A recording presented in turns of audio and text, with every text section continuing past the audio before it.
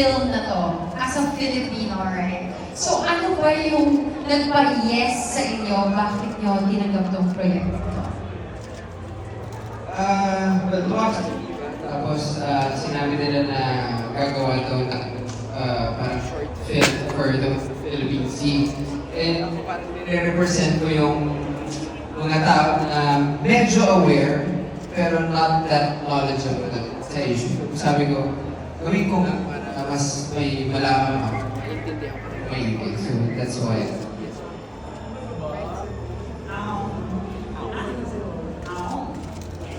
I'm aware naman about West Philippine Sea and thankful ako na kinonsider mo na kasama dito. Ang laking factor yung hair ko kasi that time.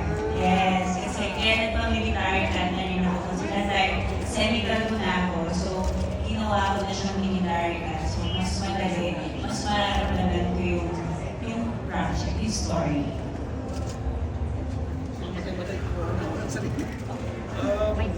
Yeah, hello.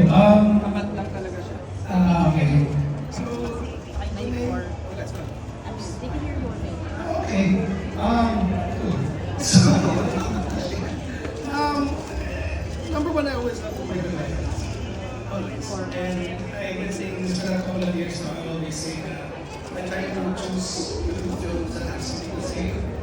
And when I found out about what this project is trying to do, it's literally the first project in my entire career that actually is trying to say something. And it was very important for me to be part of